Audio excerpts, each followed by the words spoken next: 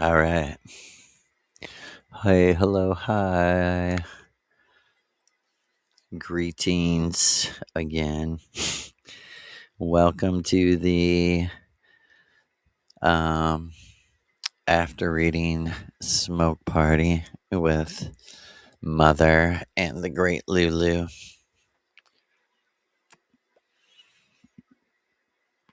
And our mantras are there's no place like home. There's no place like home.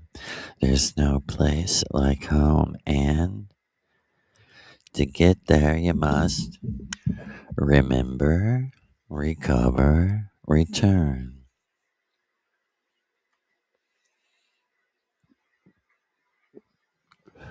And we can't forget ever that the warrior is never the victim. Why? What's the context there?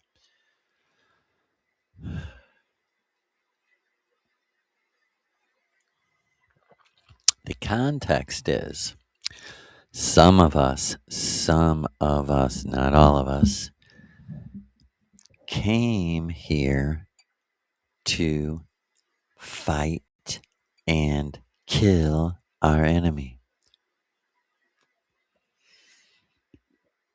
Whether it's metaphoric, metaphysical, allegoric, of the imagination, we are here to enforce the protection of the innocent. Protect the innocent. The warrior is never a victim or the warrioress, because he or she is protecting the innocent. And that is on the moral principle. So we've been laying out foundational principles. The moral principle that we live by is no force, no fraud. There is no happiness to be gained from that energy. It's non profitable, it does not profit. And we're looking for the profit, the good profit, what we deserve, what we earned.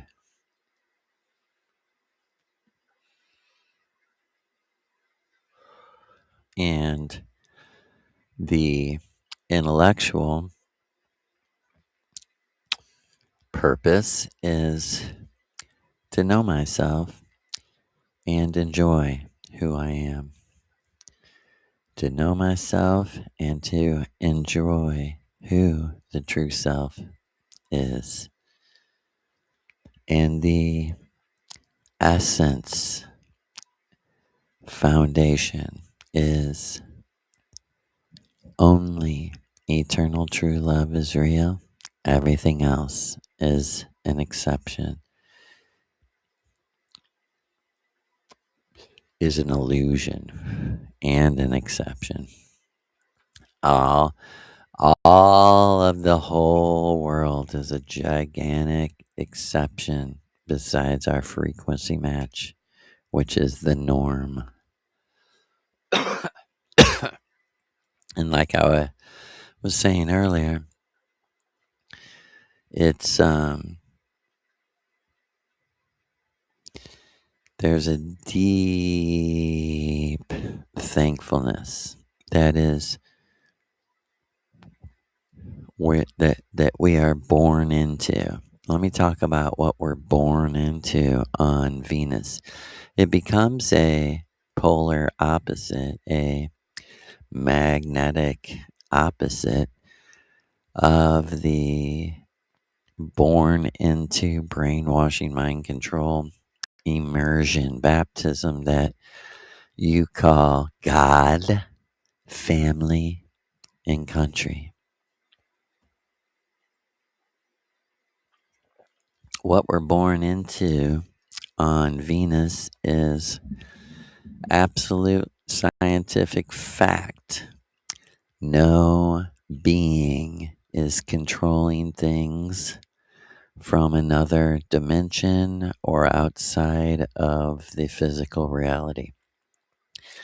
Whatever I seen that was indescribable, if it is affecting people, it's indetectable as far as energy, and we do not know anything outside of the eternity of energy. Eternity. Here's a great way, as Maria said to me.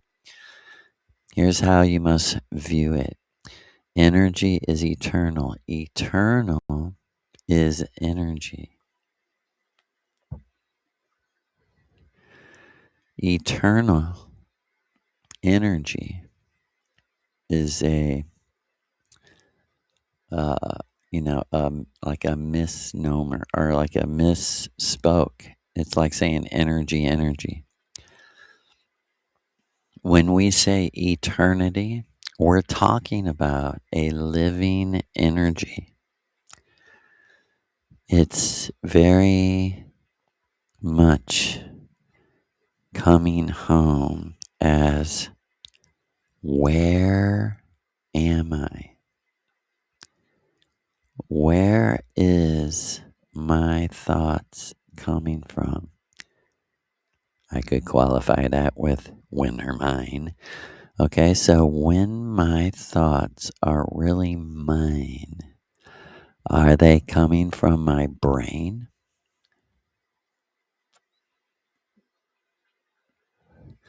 Are they coming from my mind? And what would that be? What would that be outside of a brain?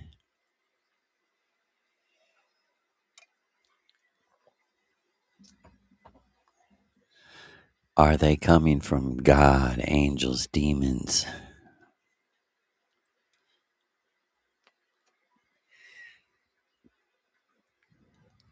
And Maria, who's sitting here with me, said, thoughts are energy. Personality is individuated energy. And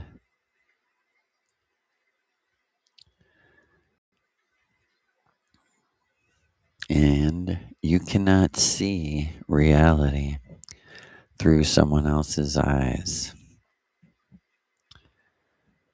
That's why revelation is how our people are taught. It must be revealed in some little magical way if it's going to take root and grow.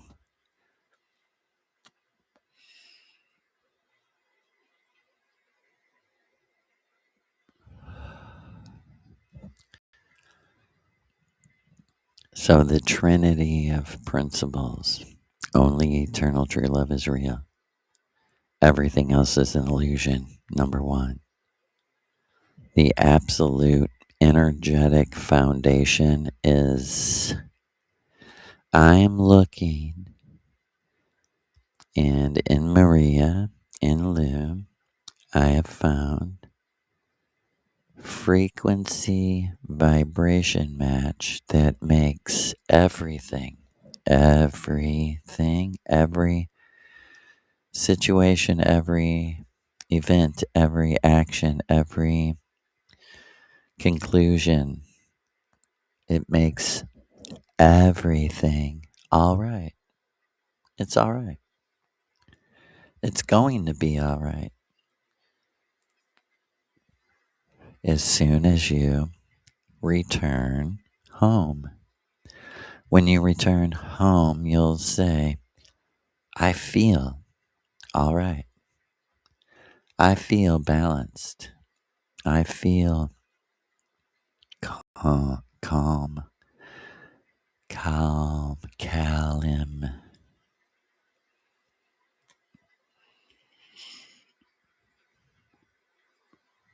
And when I think, I must first break what I was born into. Okay, let's focus right here for a second. The second foundation for a three tribe union of a person that you are a Trinity. The second is to answer all of the intellectual questions.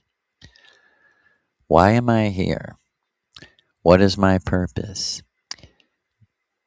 In the exact same way that a dog, a cat, a bird unconsciously expresses their purpose automatically, so do you.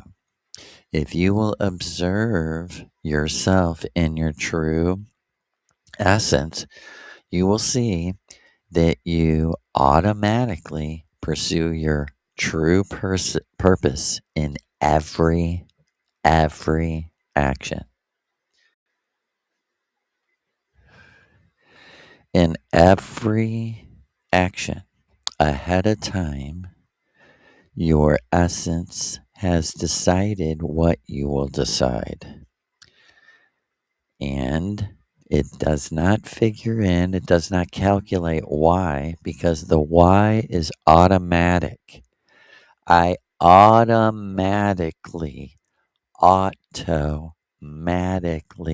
do what I think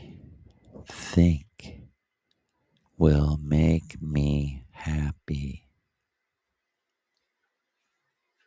I automatically do what's best for me, and I will become authentic the moment I realize this and then admit it and confess it, because you've been taught that it's bad. You've been taught that it's evil. So it's not good enough to just realize it. You must start speaking it. You must speak the logic of it. If you care about the others around you, you will say, "Hey, haven't you noticed you're not a sinner?" Well, what do you mean? Well, the Bible says that every thought is evil, useless, and futile that you have, that it misses the mark of God. And some people might say, "Well, I don't believe that," blah, blah, blah. But they still believe the principle. You'll ask them, "Are you in therapy or anything like that?" And they'll say, yeah, I'm working on myself." Well, what do you mean? I'm fucked up. I'm fucked up is the same thing as I'm a sinner. It's just a different way of saying it, but it's the same concept. Here's how you break it. Here's how you break it. If you will dig down to the deepest, you will see that you're always going with your gut feeling, no matter what. Because intellectually, you have decided this is what's best for me. If you feel that you are here to serve others, what's best for you personally is to serve others. And I can hear a Christian going, "See, you're doing it for your own selfish means." Automatically, unconsciously, you are too Christian. You just call it sin. We just call it nature. You call it sin because we don't put God first. And I would say to you, logically, if there was one giant being, God that created everything, no niggas would need you to tell us about it. It would be the most obvious thing. Common sense tells you. If there was some common sense tells me If this all powerful being and created souls and shit created a book, it'd be the best book ever. It'd be the clearest book, so easy for every motherfucker to understand. Every person would be going, "Ah, shit, no book is nothing compared to the creator's book." But you open that book and what do you get? Will you kill your son for me? Mhm. And I got a mortgage for you too, Abraham. Kill your son, and I'll give you a low interest rate. I'll give you a interest free loan. Oy vey. And you Europeans that make excuses for this, fuck you. Suck a fucking dick. Suck a Jew fucking dick, you fuckers. You're out of your fucking mind. That Tommy Robinson guy, god damn, what a clown. This Nigel Farage guy, a total drunk. Trump, a clown face, makeup face dork. There ain't nothing else to be said about a dude that worries about his makeup that plays golf. A dude that sits down at his makeup table and gets all prettied up to play golf is a dork. You are a fucking dork. I was saying the other night I didn't finish it. I play with YouTube and shit like it's a divination tool. I say true self. I mean, fuck, you know everything. I don't know shit. Show me something. Guide me. If you're real, I'm willing to put all this on the fucking line. I'm not lying to any of you about anything. This is what fucking happened. And I've accustomed to living this way. That shit should be supernatural. If you're an eternal fucking being, you must know how to do shit. You must know how to do magic and shit.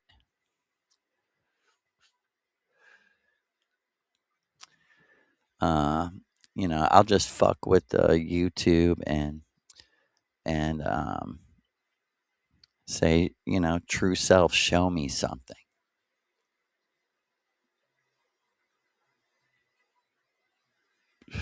right?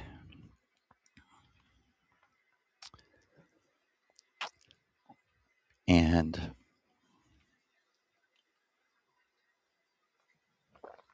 the hundreds of times, thousands of times that I have found something completely unrelated to my thoughts at the time that is related to the ritual I just did, or in the past that I forgot, right? See, I was saying, either the true self can do this shit or it can't.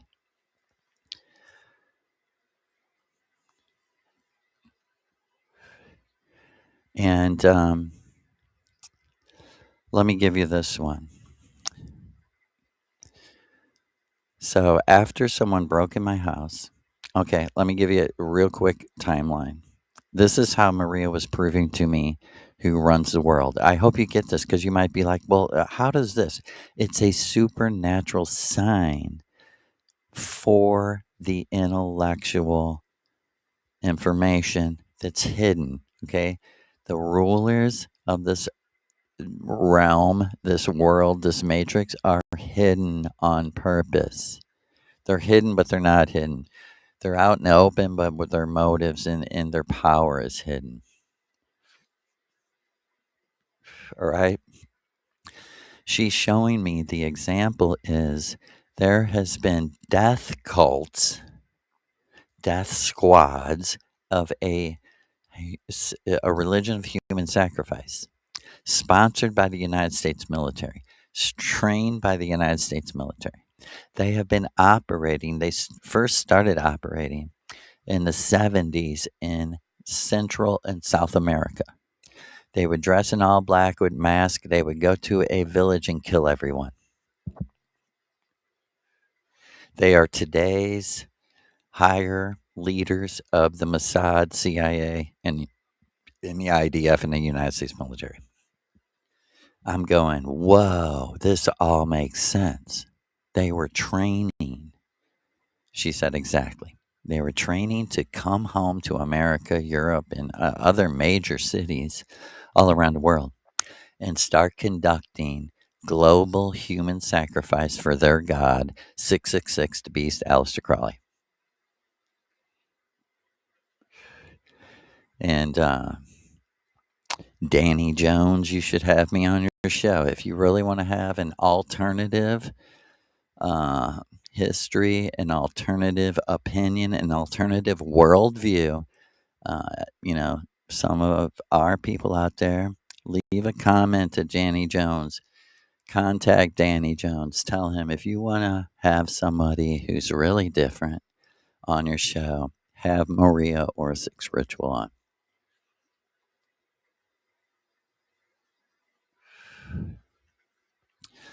Okay, let me give you this thing before I forget. So she tells me the human sacrifice always had music to accompany it. It's very polarity, beautiful music for the most horrendous torture and death of a human being, drowning, water torture. These people are all into like the bondage and torture stuff. Kidnapping people, torturing them, murdering the extraction of maximum fear in the victim, and all this awful, horrible shit. And I was being shown this all at the same time, and that's how I come to know Tracy Twyman. That's how I came to know her. She was one of the only people that agreed with me that this was where it came from. The training was done in Vietnam and then moved to Central and South America. And then it came home to America as the Smiley Face Killers, is what it'd be known by, because they were now using techno, trance, demonic, and I hate using that word, evil trance music. They were creating, they had moved away from the hippie, psychedelic to the electronic, industrial trance, techno. That don't mean any of these genres of music are bad. It just means this is who these people are. And association with Burning Man and the writer of The Watchmen, Alan, whatever his name is, Alan Moore. They adopted the smiley face with blood on the smiley face because they're murdering someone at the same time, and they're projecting this is our joy. Our joy is the sacrifice to our beast. The more we sacrifice to the beast, the more money he gives us, the more pussy he gives us, the more power he gives us. Okay? And I am like having my mind blown because I'd studied for 25 years about who really ran the earth. You get the Masons, the Illuminati, the Jews who definitely own everything. You go from Illuminati, you go from Masons to Illuminati to Jews, and you're like, and the Jews are the Masons. Masonry is Judaism for Gentiles. It's the Noahide shit of like, hey, you can be a sworn friend to us if you keep these rules and shit. You can be from any religion and be a Mason. They have a Muslim version, a Hindu version, a Christian version, and a Jewish version. And Maria said to me, they even have a fake druidic version, which is completely fake. Because we are restoring actual druidism. Okay, so I'm learning about this. I get the first book about the smiley face killers. I don't know anybody that's talking about this except for Tracy Twyman and a few other people on the internet. I get the book and I'm like, these cops, detectives went forward, created this book for one reason only. They had absolute physical, um, proof that from the autopsies that the college kids, it made no sense that they were falling in rivers and drowning because they had a few drinks. It made no sense.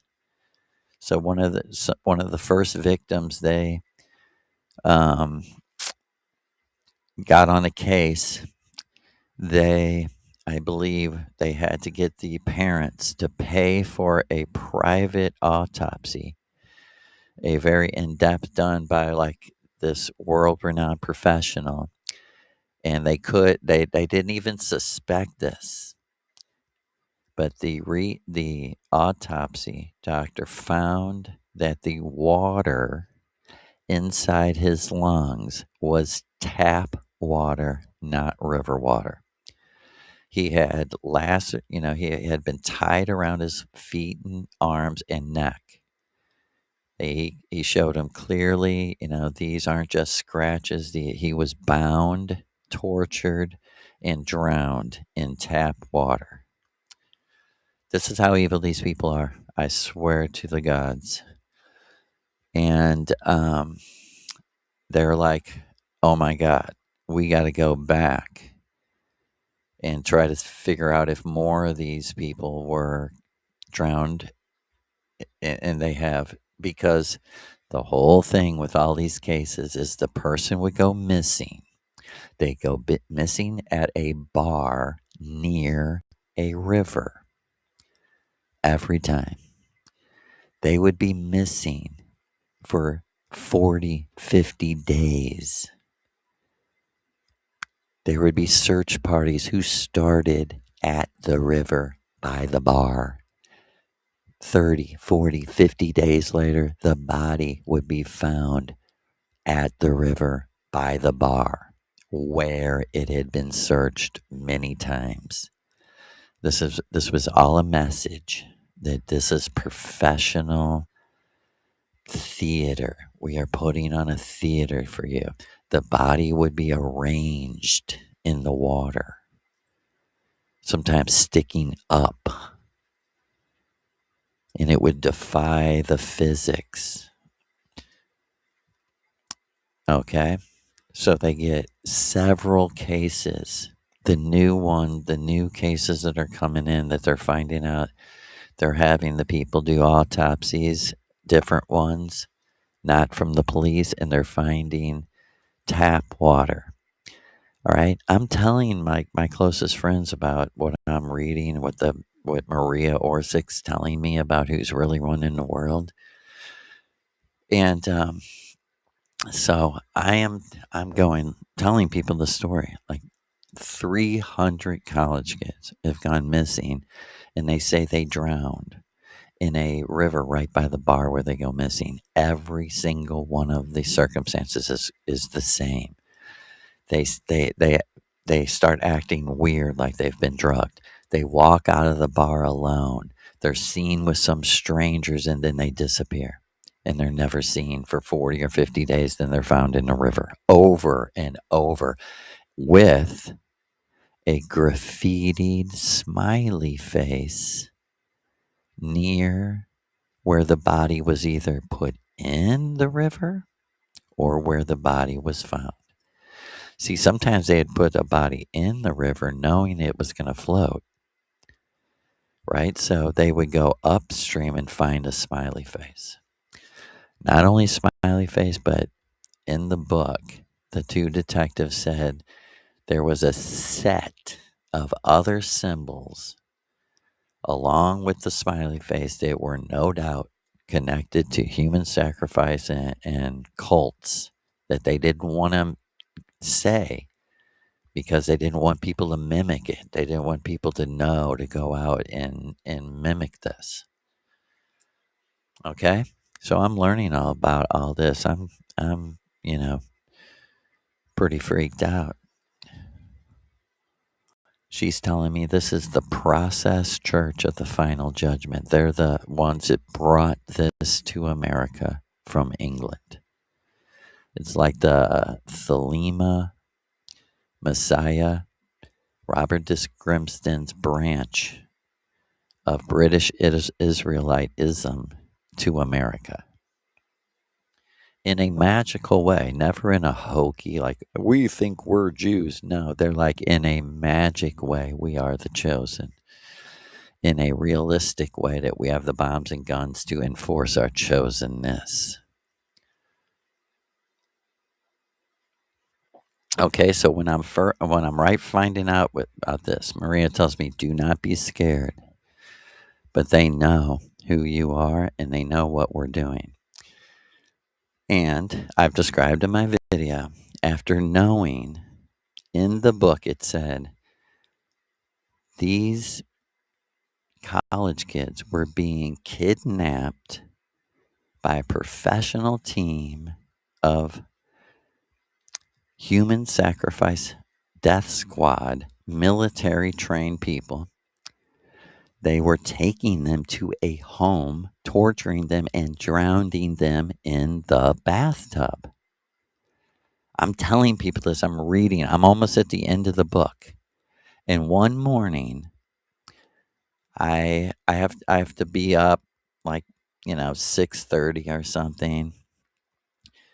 And one morning, I hear the shower on. I'll be right. So one morning, I somehow awaken, and I'll never forget it. It was just getting light, and I was like, I hear, like, my bedroom is next to the bathroom with the shower. So I think I hear the shower. I'm like, who? My daughters and my son, all three of them were in school at the time. So none of them were, they were in school. They didn't get up till like 7:30 or something. And I'm like, who is in the shower? Like, I'm about to get up and take a shower. I have to work. You don't have to go to school for hours. I'm thinking all these things. And I kind of fall back to sleep and I wake back up and I'm like, oh my God, they're still in the fucking. I'm like freaking out. I'm like, what the fuck? I'm laying there and I'm like, I can't believe this motherfucker's been in the shower for over a half hour. So I get up all mad and I expect the bathroom door to be closed and someone be in the shower. The bathroom door is wide open. The bathtub, the bathtub is overflowing with water onto the floor. And I run over and I turn it off. It was only the hot. It was only the hot that was on, and it was fully open, turned like 7 times, man. Just I had to turn it and turn it and turn it and turn it to turn it off. And I just, like a wave, a shock wave, like went through the entire atmosphere myself. Like, what is happening? And I went, someone was in my house. And I ran out of the bathroom into the kitchen, and the back door is just wide open, just fully pushed open. And it was like time stopped, the world stopped. I had to come to me. It took minutes for me to be like, hold it. Hold it. There's no way it's a coincidence. I'm reading about a death squad of Satan human sacrifice people killing people by drowning them in the bathtub. They fill up the bathtub and drown the people in the bath. Right then, I heard a voice say, that's what we're going to do to you. A woman's voice. But a weird, like a, a threatening, like that's what we're going to do to you. That's the message. They left me a message,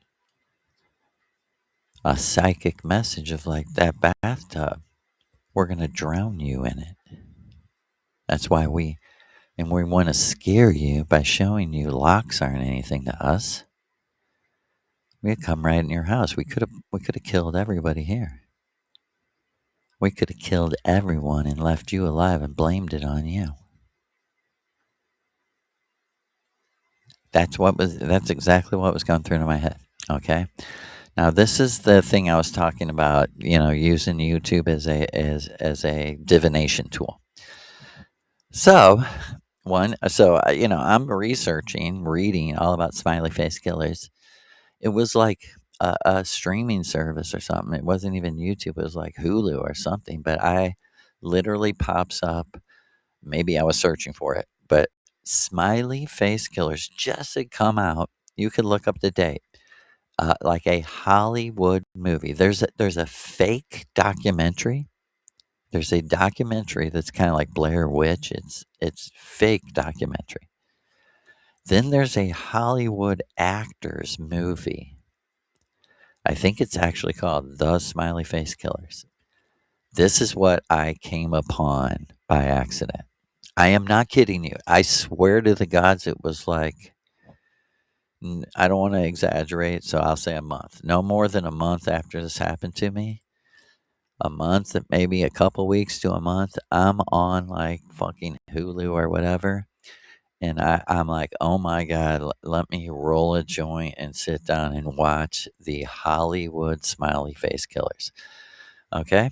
So it's all about this college kid and this like ninja guy's following him, and it's never seen. He's like lurking in the shadows and following him, like observing him, following out his patterns. So he goes to like out on a date, uh, and he comes back alone, and he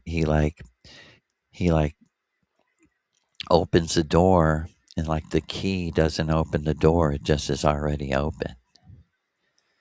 He like goes to open it, just comes open. He's like, "What the fuck?" So the door was already open. He goes upstairs. He's like kind of scared. He's looking around. He goes in everyone. He goes into the bathroom. He flips on the light, and the bathtub is full to the rim with water. And he goes, someone came in my house. And he runs to the door and he runs downstairs, and you see the guy all in black, like hiding in the shadows across from his apartment. He had snuck in his apartment and filled his bathtub up with water. And I said, nigga, no motherfucking way did I just see that.